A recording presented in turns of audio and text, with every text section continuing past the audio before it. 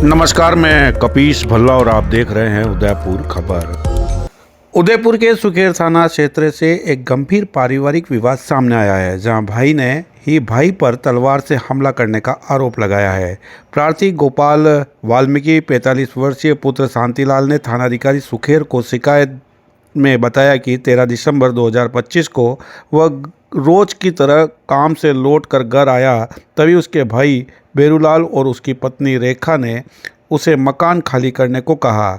मना करने पर मारपीट शुरू कर दी गई। आरोप है कि इसके बाद बेरूलाल के बेटे अजय उर्फ राज सूरज उर्फ भूरिया और दादू ने भी मिलकर उस पर हमला किया। इसी दौरान सूरज ने तलवार से गोपाल के पैर पर गंभीर वार कर दिया, जिससे वह भयंकर घायल हो गया। जान बचाकर गोपाल ने भागने का प्रयास भी किया, लेकिन सड़क पर भी उन लोगों ने पीछा कर उसके साथ मारपीट की। ग्रामीणों ने बीच बचाव कर गोपाल को बचाया, लेकिन गोपाल का कहना है कि सभी लोगों ने उसकी बेटियों के साथ भी मारपीट की है। पीड़ित का कहना है कि घटना का सीसीटीवी फुटेज होने के बावजूद भी मामला दर्ज नहीं किया जा रहा है, जिससे पूरा परिवार भय में जी रहा है। वहीं पुलिस का कहना है कि दोनों भाई अक्सर इस तरीके से आपस में विवाद करते रहते हैं और देर शाम जब कार्रवाई करने जाते हैं तो वह दोनों एक साथ ही खाना खाते हुए नजर आ जाते हैं और यह कह देते हैं कि आपस का विवाद सुलझ गया है। ऐसे में अब देखने वाला विषय है कि जिस तरीके का आरोप प्रार्थी गोपाल ने लगाए हैं कि भाई ने पैर पर तलवार से हमला कर उसे घायल कर दिया है, इसमें पुलिस किस तरीके से कार्रवाई करती है, यह अब आने वाले समय में ही देखने को मिलेगा। मैं सुकेर थाना क्षेत्र रामा गांव का रहने वाला गोपाल हरिजन हूँ और हमारे दोनों भाइयों के अलग अलग मकान बने हुए हैं, जबकि दोनों के अलग अलग मकान की पट्टा रजिस्ट्री वगैरह सब है।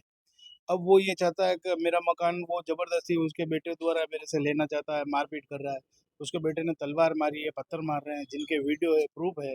और रात को उन्होंने जानवर हमारा बकरे को भी मार के इस तरीके से वहाँ डाल दिया। अब हमारी कोई कार्रवाई नहीं हो रही, ना कोई सुनवाई हो रही है, ना अभी तक कोई एफआईआर हुई है। तो कुछ हथियार वथियार लाते ही हो? हथियार है उनके पास, तलवारें वगैरह सब है।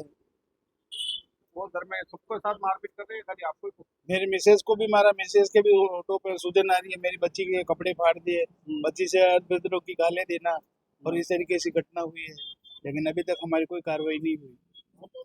पुलिस थाने में गए थे? हमने थाने में गए, रिपोर्ट भी दी है, लेकिन अभी तक कोई सुनवाई नहीं हुई। एफआईआर नहीं बनी है? एफआईआर नहीं हुआ, उनको किसी को पकड़ा भी नहीं है? अभी तक नहीं पकड़ा। फोन तो किया होगा उन्होंने? फोन किया, लेकिन वो यूं बता रहे हैं आज प्रसादी है ना, आज हमारे वो है, ये है, ऐसे टालम टोलम करके घर से भाग रहे हैं। आप यहाँ कलेक्टर भी तो आए थे? कलेक्टर आए थे, लेकिन अब 2 दिन कलेक्ट्री में छुट्टी होने के कारण सोमवार को मैं कलेक्ट्री में पेश होना चाह रहा हूँ। आप क्या चाहते हो? मैं ये चाहता हूँ कि जिसके जो हिस्सा है, जिसके जो खातेदारी है या उनके जब जो उनके कब्जे हैं, तो वहाँ तक सीमित है।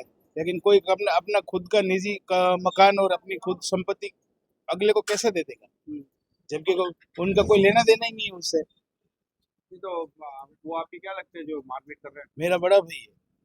उनका पूरा परिवार आके मारपीट कर रहा है? बिल्कुल पूरा बड़े परिवार आके मारपीट करता है, और पुलिस कोई कार्रवाई नहीं कर नहीं कर रही। रही?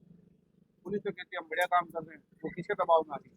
अब ये साहब हमें भी पता नहीं है कि किन के दबाव में है, क्या कि इस पे राजनीति है या किसी का और का प्रेशर है या क्या है, ये तो साहब हमें भी पता नहीं है। तो कार्रवाई नहीं करेंगे तो आप कैसे क्या रहेंगे? वो तो रोज आते हैं मारने।